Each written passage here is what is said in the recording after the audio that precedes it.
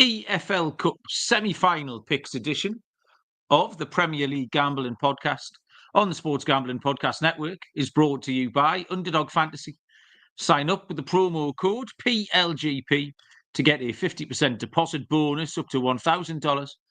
We're also brought to you by Edge Boost. Earn up to $750 per month on your sports gambling transactions. Go to edgeboost.bet, promo code SGPN. And we're brought to you by Rhythm, the leader in data-driven picks and props. Get your 7-day free trial today by going to sportsgamblingpodcast.com/RITHMM.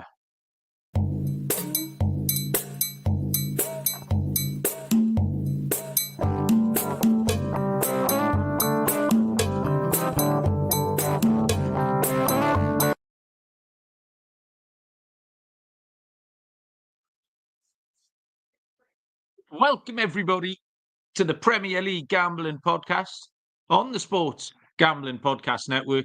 My name is Malcolm Bamford, coming to you from Newcastle upon Tyne in the northeast of England. Today is Monday, the 3rd of February. We are here to put a bow tie. A bow tie? What? A bow? I don't know. What are you talking about? We're going to talk about the Premier League weekend, which finished about 9 minutes ago. Before we get into the EFL Cup semi-final second legs, and we might talk a little bit of Champions League as well, because the draw is all mapped out. Joining me, hopefully, better at talking, is Mr. Barry Penaluna. Barry, what's happening? Evening. I'm a bit warm. I've just got out of the bath. Have you got a bow tie on? I haven't got a bow tie on. I've just got out of the bath, so I'm a bit warm, probably a little bit red in the head. But as you can see, I've had a fresh trim, looking very smooth and sharp here. Very dynamic, you could say. I asked the AI to not use the word charismatic tonight. Right. And so it went back to dynamic.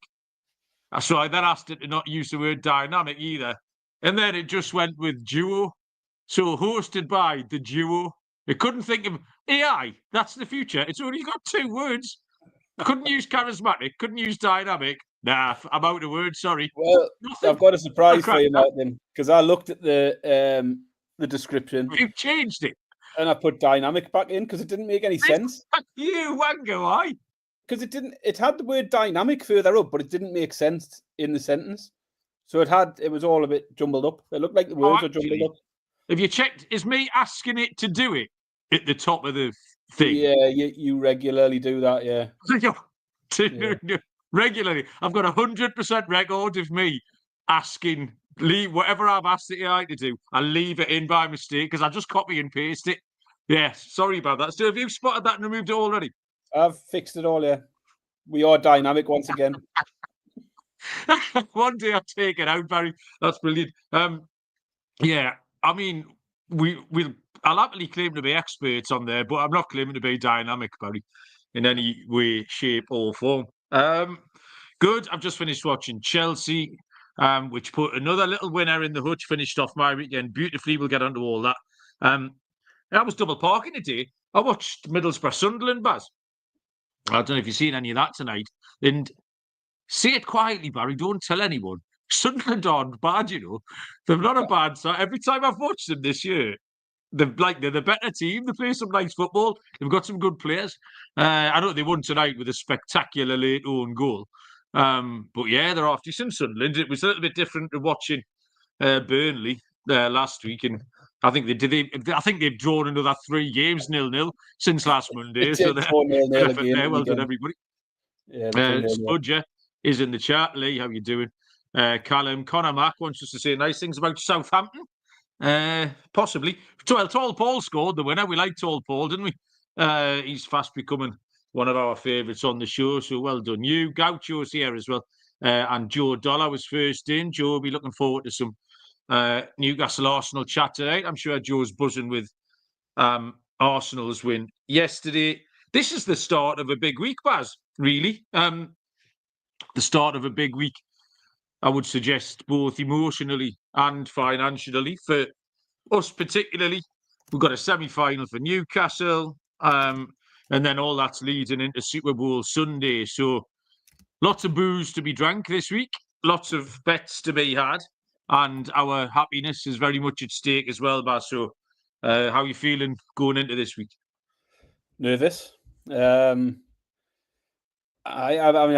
guarantee by Wednesday night I'll not be looking forward to it, even with a 2-goal cushion. Not looking forward to it at all. But as you say, it'll make or break the week, won't it? If Newcastle can do what they need to do, we'll be buzzing going into a Super Bowl weekend where Ash will be up in the north partying, or could be on a right downer. So let's see. We don't want to spoil too much. We've got to preview the game a bit. I'll let you know my thoughts, and I'll give you the correct score anyway. So it's all good. Oh, well, that's good because I haven't really got much of a clue.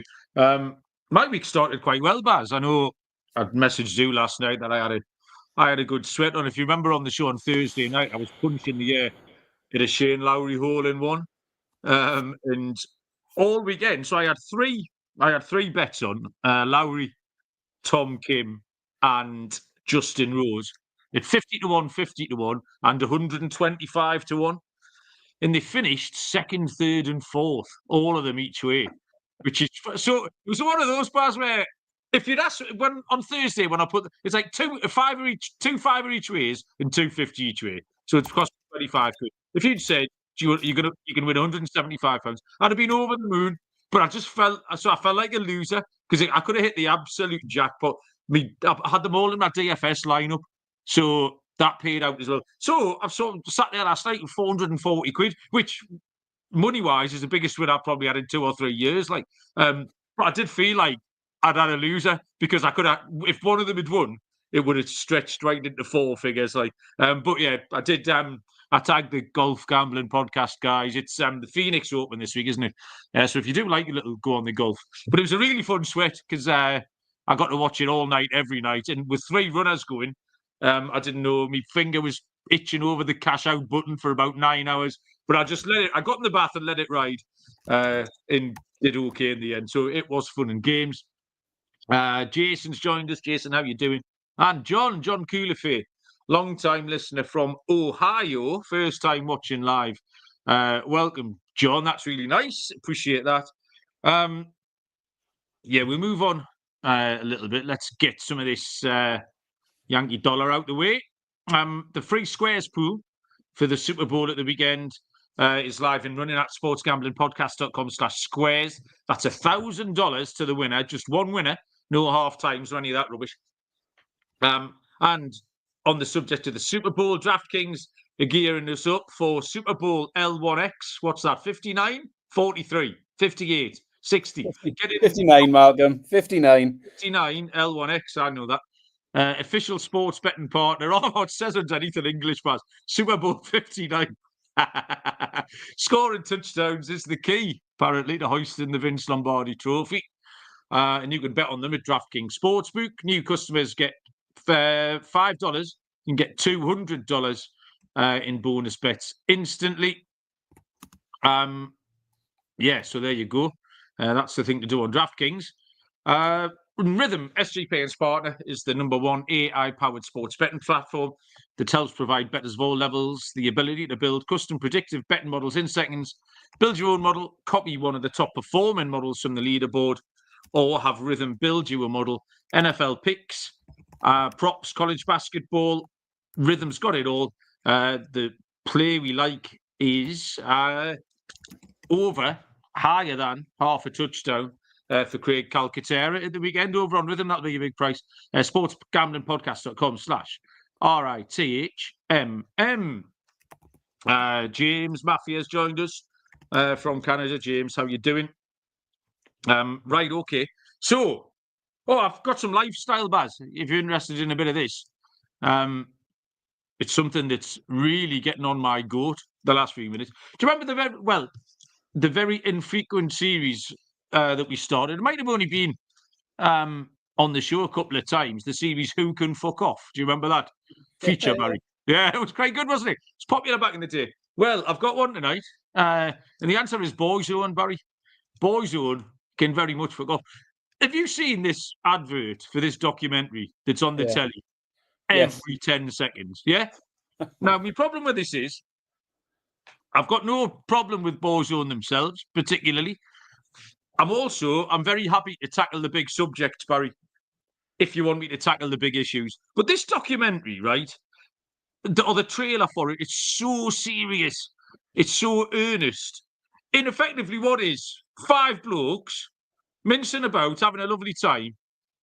Whatever happened to them can't be that bad to instigate this level of candour or earnestness in the documentary trailer. It's absolutely ridiculous. You'd think they were curing cancer or something. I'll talk to you, Baz, if you want to, about the North Korean famine, about female genital mutilation in sub-Saharan Africa. Big Pharma. Do you want to talk about that, Baz? But there's no need for Boyzone to be that serious on that trailer for that documentary. It's absolute bollocks.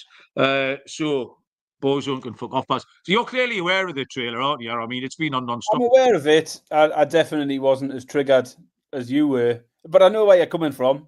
Your points are all valid. Thank you very much. Yeah, so that's the end of that. Boyzone can fuck off. That's fine. Right, Boyzone can officially fuck off. Picks, Baz. Delighted. Great weekend. 6 out of 10. Returned 13.6 units, which is a great return. Like I say, Chelsea and West Ham finished me off tonight. West Ham on the handicap, which never really looked in doubt. In fact, West Ham are probably a bit unlucky not to have picked up a point at all, but they were far too big a price, we said, on the money line. So plus 1.5 goals was a nice play.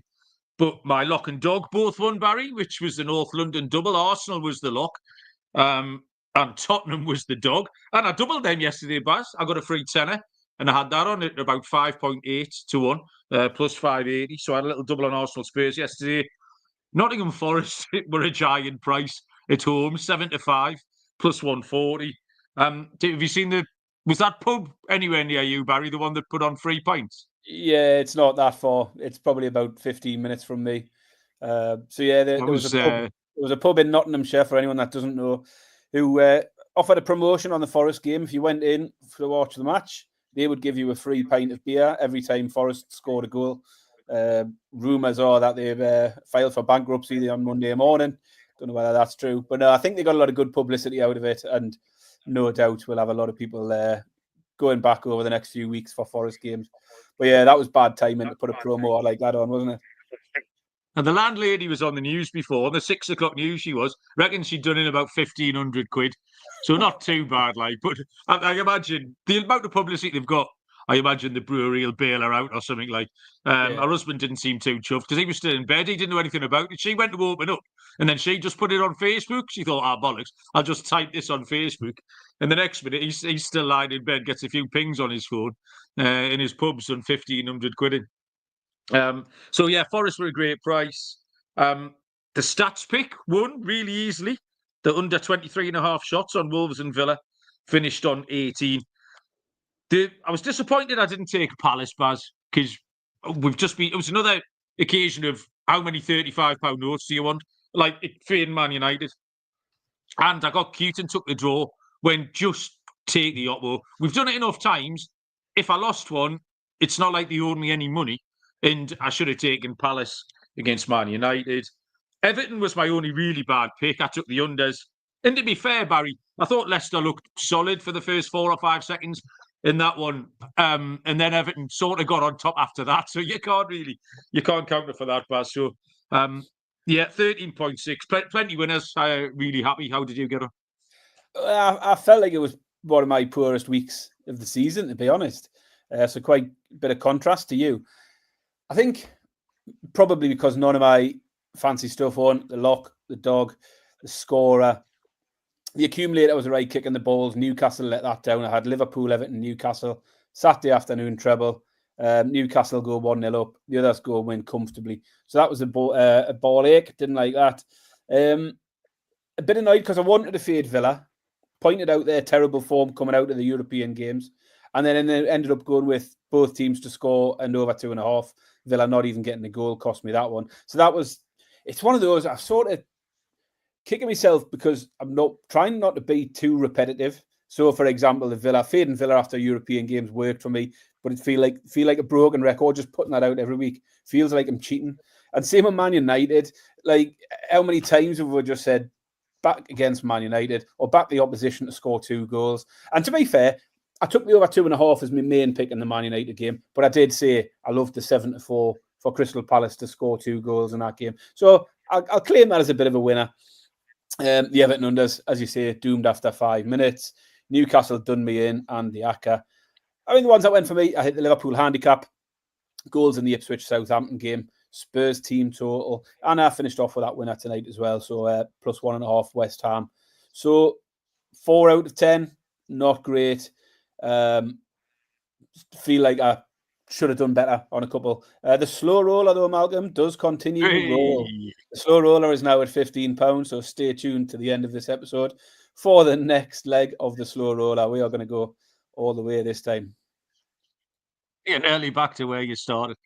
Just talking about being repetitive, though, Baz, we've talked about this before. When you have a good week, you feel like repeating the bets because you feel like you've got a handle on that team, whether it's Forest or Villa or whatever. Think, all right, I understand that team. I know how to bet on them, so I'll just do it again. So it is difficult if you come off a 6 or 7 win week, just to not want to do the same thing again because you feel like you're dead clever, and then it mugs you off and you're back to square one, and that's kind of what we're all doing here. So, I mean, we're going to the eye catchers, Baz, really. I think Arsenal, Manchester City is the place to start. Callum saying that he can't believe how shit City were. And we're not after timing here, Baz, because there was a few games we were on different sides of. But I just didn't think there was any way Manchester City were going to be able to, their defence was going to be able to stand up to a decent team because they've been employing this bend and not break system. And they either bend or they break. They bent against Bruges and got away with it. They bent against Leicester and got away with it. But they broke against Brentford. They broke against PSG. And they broke. They're the only 2 options. So, and Arsenal, for once, took the handbrake off.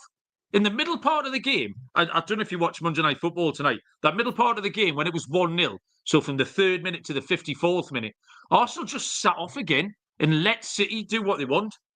And duly, City equalised. Then Arsenal score, and then all of a sudden they take the handbrake off. And I think it suited Arsenal a little bit more. We've said before about their identity being, like, it sort of consumes them a little bit, being this 1-0 to the Arsenal, this big ugly team. And I thought it suited them yesterday just to go and batter teams. Because 2 years ago, that's what they were doing last season. They were winning regularly. They'd put teams to the sword. And this year it just hasn't happened at all.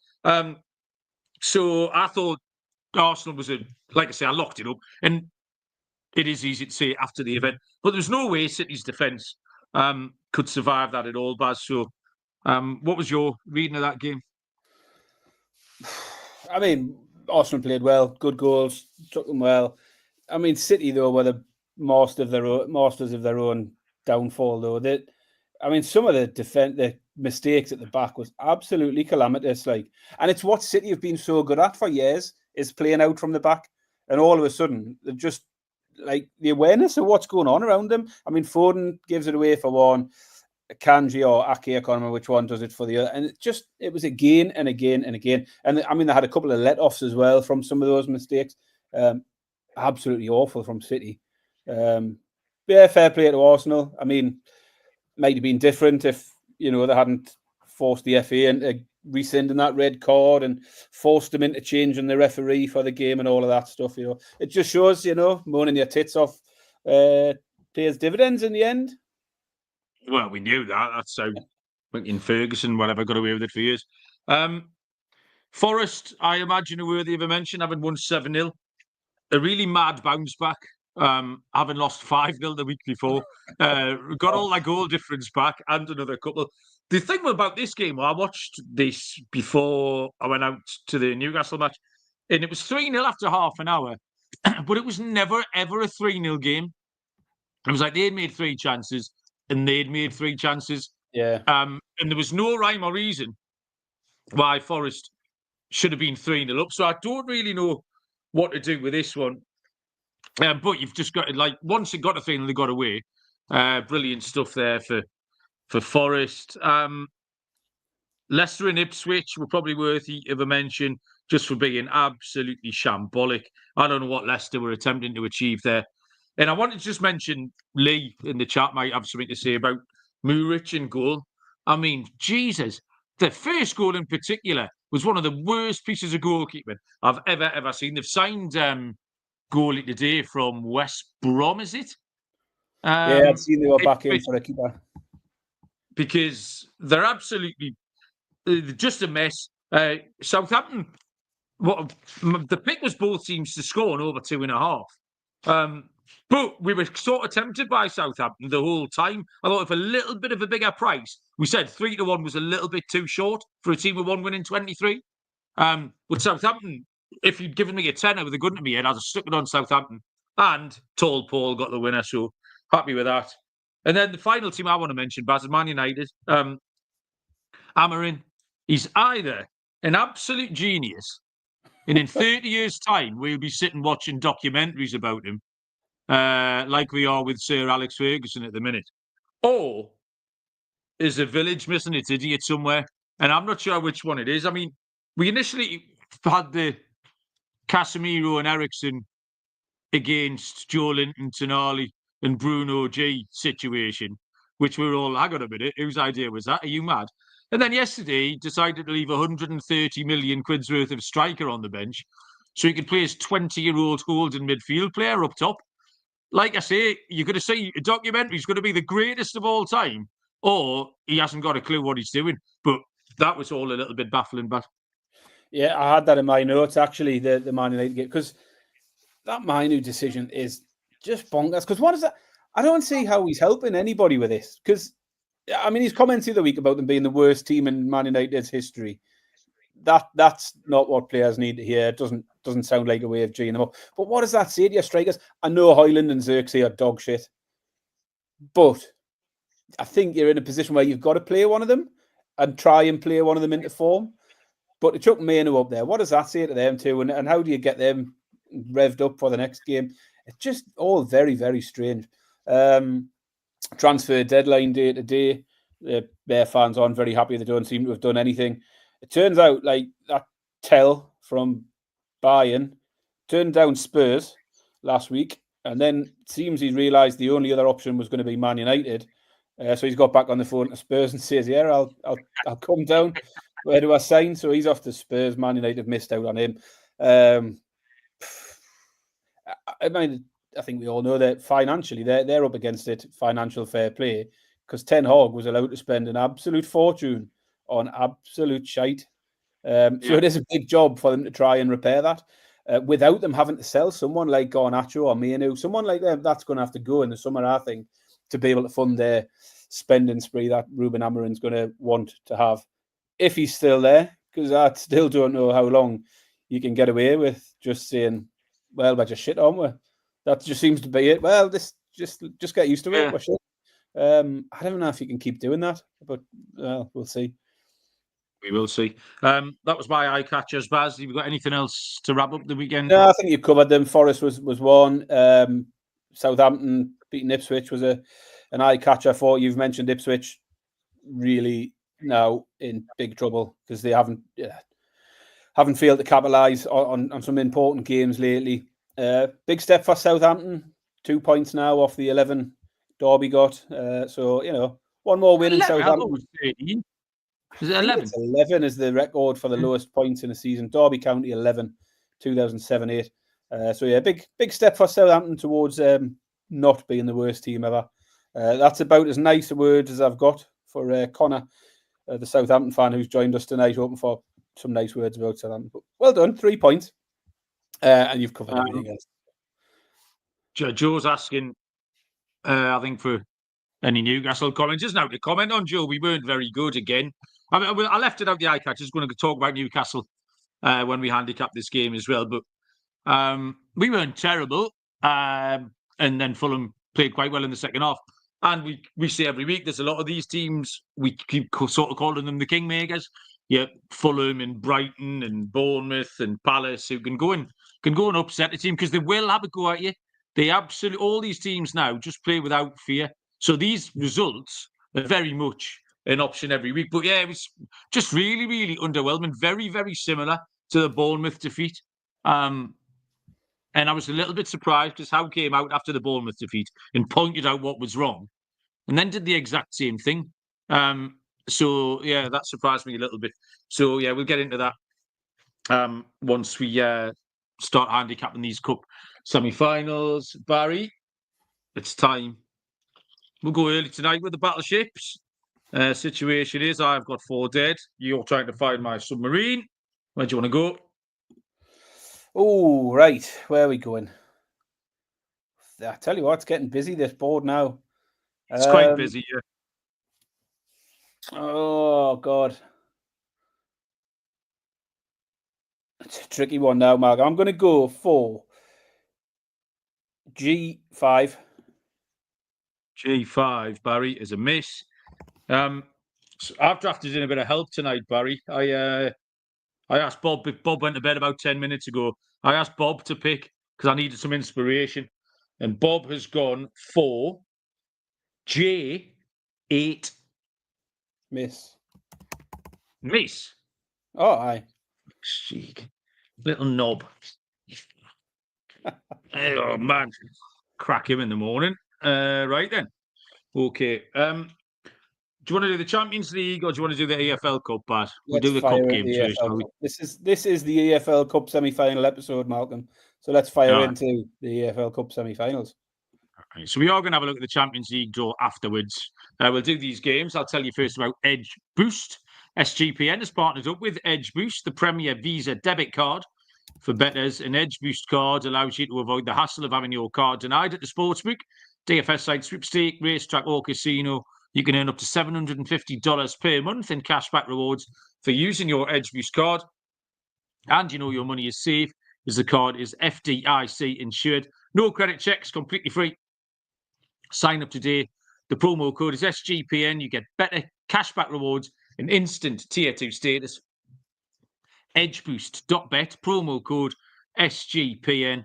And finally, Underdog. The big game is coming on Sunday.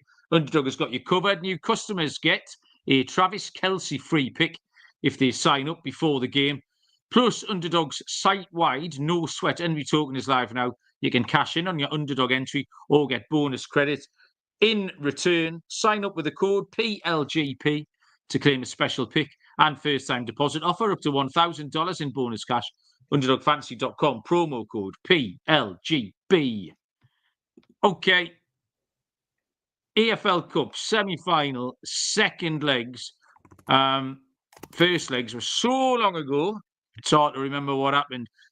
Games are Wednesday and Thursday, both 8 o'clock kickoffs, which is 3 p.m. Eastern time.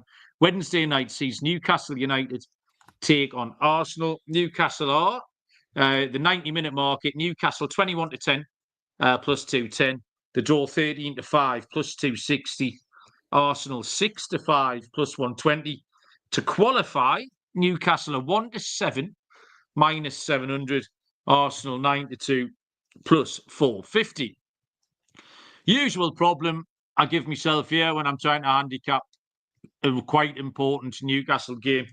Head over heart, heart over head. Whenever you say head over heart or heart over head, I never know which one's which. Is your head the sensible one and your heart the stupid one, or is it the other way around? Heart's stupid, isn't it? Head sensible. Right, okay. You see, I think that tells you everything you need to know about how sensible I am anyway. But I have made a pick that I've made this pick about 2 weeks ago. I just had it in my head. And tonight I looked at the price and it's perfectly acceptable. So I've seen Newcastle lose twice at home recently in the last 2 games. And they've been pretty soundly beaten both times, Baz. But going back a long way, we've always turned up against these big teams at home. And I mean always. I can't remember the last time we haven't. I mean, Arsenal this year in the league, 1-0. Liverpool 3-3 was a great game. Manchester City 1-1. Last year, beat Arsenal again. We smashed Tottenham twice. I know they're sitting in 15th, but you get me point. When Man United have come up, we've battered them. All these big games at home, we've always turned up. And in fact, to a point where it was becoming a bit of our thing. How can they be shit in all the other games when they're so good in these ones? So I think you've got to have a little bit of faith that Newcastle can turn up and play well here. Arsenal did take the handbrake off on Sunday, and like I say, I think it suited them. They have played Newcastle twice already and lost. Lost 1-0 up here in the league, lost 2-0 at the Emirates in the first leg of this. You can make a case, really, for whatever suits you on how much effect yesterday's game had. Like I think you, well, I don't know if it was you or someone else said to me, "Oh, that's no good. Arsenal now full of confidence and full of goals going into Wednesday's game." So you can make that case, or have they put so much physically and emotionally into that game that this is a bit of a letdown sport? So really, we're not going to know until we see it. And people are going to make whatever case suits their narrative. I think if Newcastle score, they can go through. But I'm not going to factor that into my handicap. The bet that I like is the Arsenal team total. It's Arsenal to score twice. We saw Fulham do it at the weekend and comfortably could have had 3 or 4. Bournemouth did score 4. The home game before that was the Wolves game, which we won 3-0. And Wolves made plenty good chances in that as well. So Newcastle just haven't been defending well. It's home. And Arsenal have to go for it. They've got no choice as well. It's 2 goals at a minimum for them. Arsenal to score twice is even money, Baz. And there is a small hint of the reverse mush in there because I would be absolutely delighted to lose. Because if I lose, it means we're going to Wembley. So yeah, Joe's on to me. Joe spotted what I'm doing a mile off. I'm not fooling anyone, Baz. Arsenal over 1.5 team total. Yeah, I mean, I said after the first leg, we could really have done without the 4-week gap at the time, because at the time Newcastle were banging form. Yeah. They'd won 7 games in a row at that point. Arsenal were in that little mini slump where they won just 1 of 5 games. And then you fast forward 4 weeks, Newcastle have lost 2 home games on the bounce, lost them both, without any complaint, really. And Arsenal obviously coming into it on a high from the weekend is far from ideal. The plus side, as you mentioned, Arsenal have only lost 4 times in all competitions this season, and 2 of them have been against Newcastle, and Arsenal failing to score in both of those games as well. It's an awful game to try and make a pick because we're so emotionally attached to it. I fully expected you would cop out and just come out with some sort of stats pick. So fair play to you. 72 throw-ins or something. Yeah, something ridiculous. So well done for actually making a proper pick. For me, I feel like Newcastle probably have to score. I think, like you, I think there'll be goals in this for Arsenal. I don't fancy Newcastle to keep a clean sheet, despite us having 2 of them against Arsenal already this season. We've just conceded 7 in the last 3 games. Even Southampton and Bromley have managed to score against us recently. But we haven't failed to score since November. I think going back 10 games or something, West Ham shut us out. And a goal for Newcastle would give us a massive chance of progressing. You've mentioned that already. And goals is what I like. 5 of the last 6 games for both sides have gone over 2.5. Arsenal have to come out aggressive from the start. And these sort of games, you've mentioned our form in these sort of games. And a lot of it is because we're not trying to break down a team. And we're quite good on the break and against teams like this. And Arsenal have got to come out and have a go. And I think Newcastle will get opportunities on the break with the likes of Gordon, Murphy, Isak. So I like goals, over 2.5 goals, 17-20. I think it's a good bet. I think this one's going to end up something like a 2-2 or a 3-2 either way, which will play in both of our hands. I mean, that would see Newcastle go through. You'd hit your Arsenal team total. I'd hit my overs. So yeah, 2-2 or 3-2 either way, I would say. Disappointed to see I couldn't find any card prices yet. They haven't priced up any cards for this game just yet, but I might put a little bet builder out on this on Wednesday afternoon. So keep an eye out on YouTube, and if we can find anything, I'll put something out. I'm not sure my heart will be able to stand a 2-2 or a 3-2, Baz. That sounds a bit dramatic. I shouted out the cards in the Arsenal Man City game yesterday and got absolutely nowhere near. There wasn't a card until the 72nd minute. I think Timber was first in. I think it finished on 2, maybe. So yeah, as much as I was happy when they win, I did shout that out and was absolutely miles away on that one. Bookings ladder, Joe reckons. Yeah, this one does go to extra time as well, by the way, after 90 minutes, should it be level. Okay, so good luck with that one.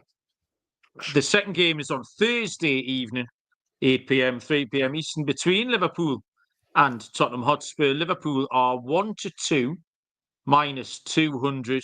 The draw is 6-1. Tottenham are 11-1. To qualify, Liverpool 1-3, minus 300. And Tottenham 12-5, plus 240. Tottenham lead 1-0 from the first leg, Baz. Let me see what you think, because I had quite a strong opinion on this, Barry. Well, what I thought and where I've ended up are two different things entirely. Good idea.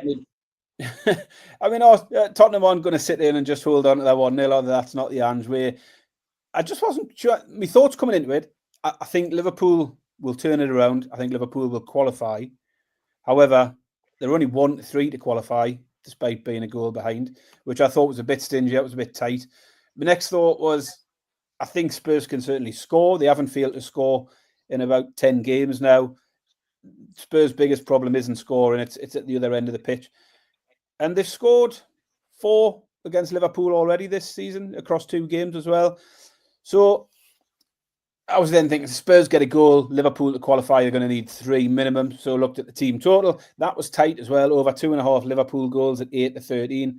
Again, too short, just didn't appeal to me to push that any further. So that led me to start looking at Spurs. You said for a few weeks now, you back Spurs at good prices as underdogs, and you fade them when they're favourites. They won as an underdog at the weekend. They did so in the first leg of this one. You back Spurs again. So you fade Spurs against teams like Everton and Leicester, where they went and got beat. So that formula's been working. Now, I haven't backed Spurs to win the game. They don't need to. But I've came up with something that's in Spurs' favour a bit. Spurs have lost 14 games already this season, Malcolm, in all competitions. That's a lot. How many of them do you think they lost by 2 or more goals? Oh, probably loads of them. 12. 1. Oh, shit. Out of 14 defeats, they've only lost by more than 1 goal on 1 occasion. That was Liverpool, 6-3. So, you know, it is the team they're playing at the moment. But 13 of their 14 defeats this season. Barry, I refuse to believe that. I'm not having it. Have a look. I mean, having a look. You've got me. We beat them about 9-0 up here, didn't we? Let's have a look. I'm going to have to double check now, because I'm starting to doubt myself now. I'm checking, Barry. Shamefaced. I'm not buying that at all. Well, what was the score? We beat them 2-1. Did we? Have we played them once? No, you're right, mate. Already? Arsenal beat them 2-1. They got beat off Forest 1-0. Chelsea 4-3. Ipswich. Absolutely correct, Baz. Yeah. They haven't lost. Well, shit in a bag and punch it. I didn't expect that. But that's quite a lot of games, isn't it? With despite how bad Spurs have been, not getting battered by anyone. So I think, obviously, as I say, it was Liverpool who did beat them by 3 goals, but I just don't think that bodes well for Liverpool in handicaps here, even though Liverpool are going to need to go and win by at least 2 to get through. But I just couldn't find any value on the Liverpool side of things. But Spurs on the Asian handicap, you're getting plus 2 goals at 10-11. So that can cover, even if Liverpool win 1-0, take it to extra time, or win by a single goal, take it to extra time, you cash that. Liverpool could win by a couple of goals and qualify, and you get your push. So I think I always fancy Spurs to get at least a goal. And if they do here, then Liverpool are going to need 4 for me not to come away with at least a push from this bet. So I'm going to take Spurs on the Asian handicap, plus 2 at 10-11. And I'm going to have another little bet, because I think if Spurs can keep Liverpool to a single goal, like they've done in 13 of their 14 defeats this season, we'll get extra time, and we'll get possibly penalties out of it. And as you know, Malcolm, Ange Postecoglou always wins a trophy in his second season. So maybe it's already written. I'm going to take a little cheeky punt on Spurs to win on penalties, 20-1. Love that, Baz. That start that's one of the greatest arse sniffers you've pulled out over the years. Because I reckon Ange would have guessed they'd lost 9 or 10 by more than 1 goal, let alone us guessing. Yeah, that's very, very good. I stopped pretty quickly here, Baz, because there's no way Tottenham should be 11-1. Absolutely no way. It's a ridiculous, ridiculous price. They might get beat, but A, I think it's far too big a price. But B, it's also part of the system which has just farmed us money over the last few weeks. Hit again at the weekend. What, 3 plus 320? Tottenham at the weekend. This is one of the best 11-1 shots you'll see. Now, 11-1 shots aren't supposed to win every time you bet them. This is by far one of the best 11-1 shots I think you'll see. They played well yesterday. They kept a clean sheet against Brentford, who score against everyone. They're not. They will just go for it as well, by the way, as you just pointed out. Ange isn't going to sit in. Newcastle might sit with a low block. Tottenham won't. Christ, absolutely no chance. So this could turn into a little bit of mayhem basketball match. But also, with that price and the fact that they're 1-0 up, the 12-5 to qualify has to be too big as well. The two things and fitting. So they could still lose the game if you think Liverpool are going to beat them and still get a really good price on a team that are 1-0 up at 12-5 plus 240. I think it's a great price, Baz. And that was just where I stopped. I wasn't having any of that. I was happy just to take those two things, Baz. Yeah, so Tottenham and Tottenham to qualify 11-1 and 12-5 plus 240. What's league on here? 60-1. Arsenal and Spurs win, and both teams to score double worth a fiver, says Lee. Jason wants Tottenham as well. Tottenham on the money line. Jason's co-signed it. Harry's joined us in the chat. Chelsea. Got away with one tonight. Harry, you've missed the Chelsea talk, but little 2-1 win for Chelsea and Harry. Before we move on, Malcolm, I'll chuck out the slow roller because it involves these two games.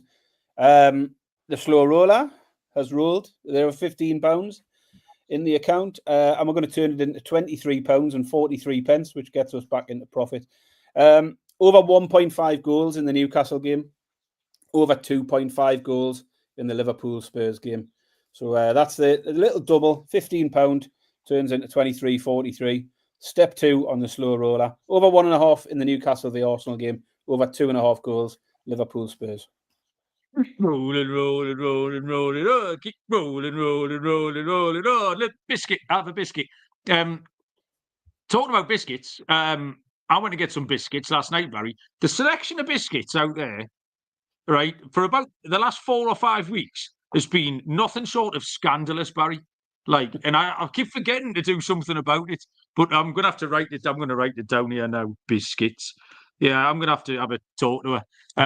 I went out there. There was half a packet of fig rolls. Do you know what I mean? Yeah, it's not really a biscuit. Well, it's no good for Duncan. I'm having a cup of tea. Do you know what I mean?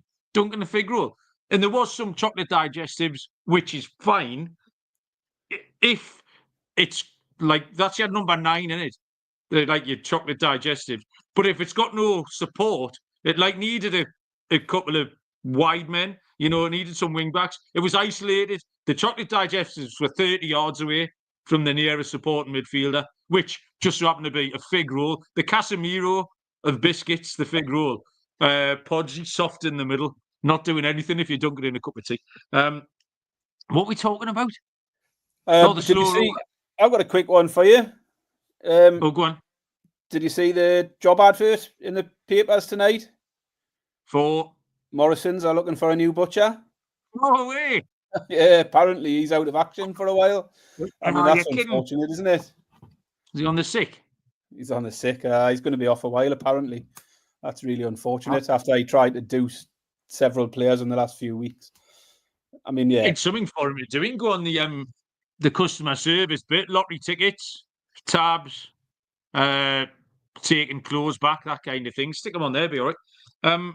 Right, okay. I think we're finished with the EFL Cup. We did say, because they made the Champions League draw, that it was worth a look. It is worth a look, but it's not worth much of a look because even though the draw's been made, we said we weren't particularly excited by what happened last week with the league system, the whole format, the big mega game week 8, all of that shite. So they made the draw, and it's now like a tennis-style draw, seeded. It's all the way through. So the draw is in 4 quarters. We've got the next round of playoffs. So you've got the teams who finished in the Globe. They're going to play off. So I'll just take you through the market from the top here. Can I just make a comment on this first, Malcolm? You want me?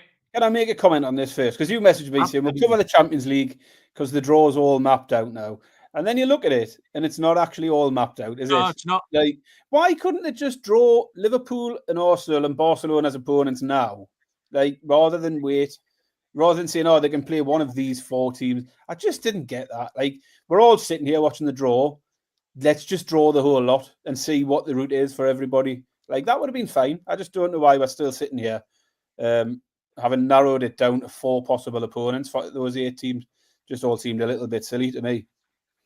Yeah, and it really hasn't helped when you're trying to have a look. When I suggested to you that we have a look at this tonight, I thought it might be something that you can really get your teeth into, and it just wasn't, Baz. I mean, we'll do it because, we'll do it because why not? But it won't be getting in any of my money. Like I said, Liverpool 4-1, Barcelona 6s, Arsenal 6s, Madrid 7s, Munich 8, Man City 10, 14-1 bar, which takes in PSG and Inter Milan.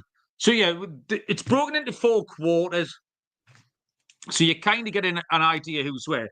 And the books reflect that because you've got the 4 favourites kind of in each of the 4 quarters.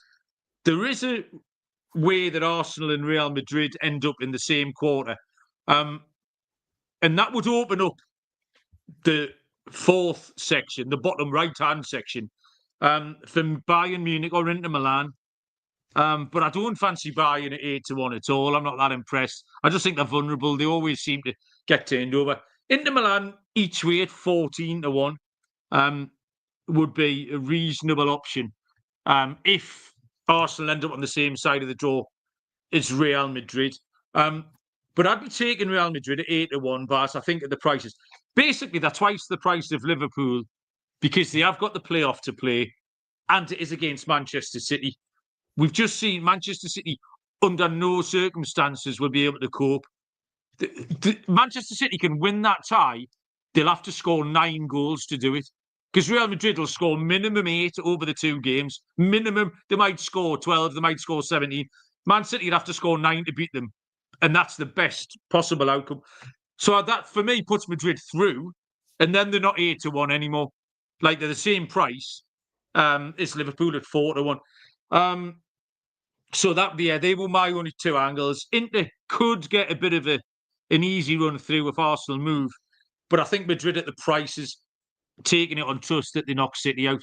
But apart from that, Baz, I couldn't even find a big price because everywhere you look, like you could say, oh, I fancy these at 66s if they get a nice run through. But they run into Barcelona, they run into Liverpool, they run into Madrid because you know what's coming. So it puts you off taking the dogs unless you fancy Lille to knock out Madrid, unless you fancy Brest to take out Barca. So it was a load of bollocks, but yeah, Real Madrid stood out at 8.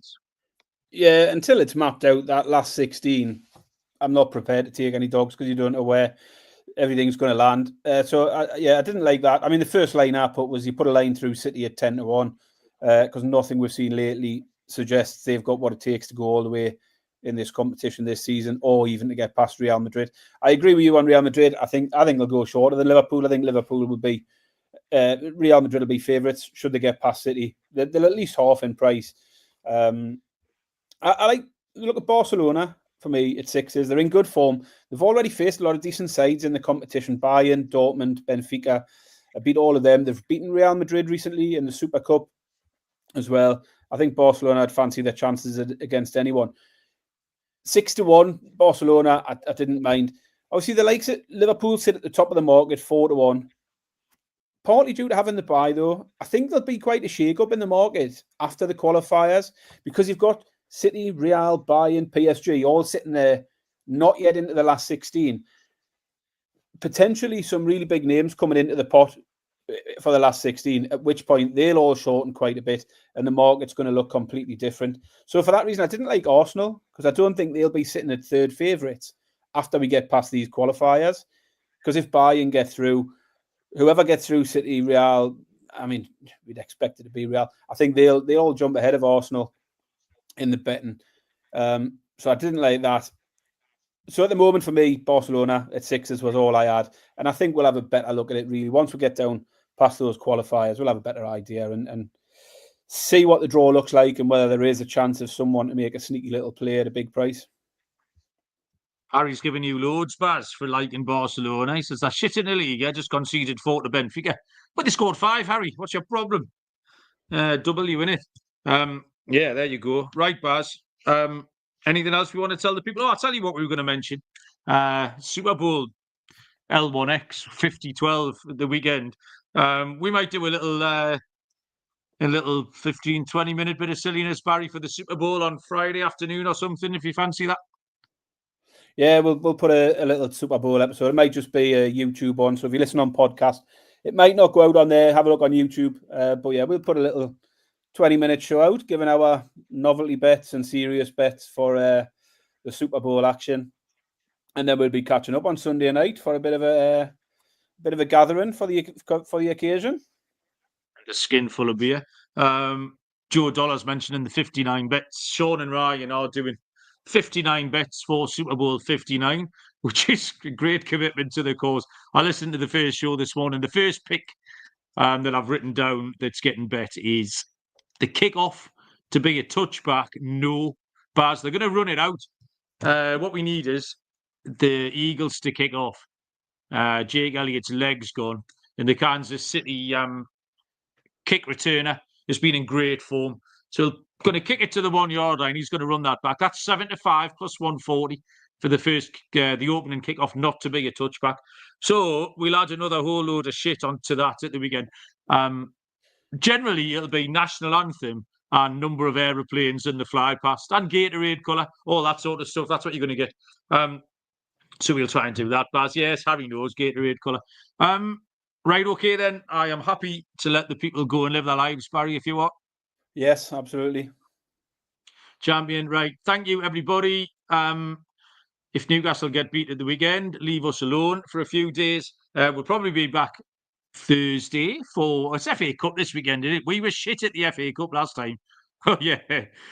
So we'll be back with more absolutely terrible picks for the FA Cup before Saturday. Cheers for listening. Good luck with your bets. I am off for a fig roll, and we will see you all down the road. Cheers.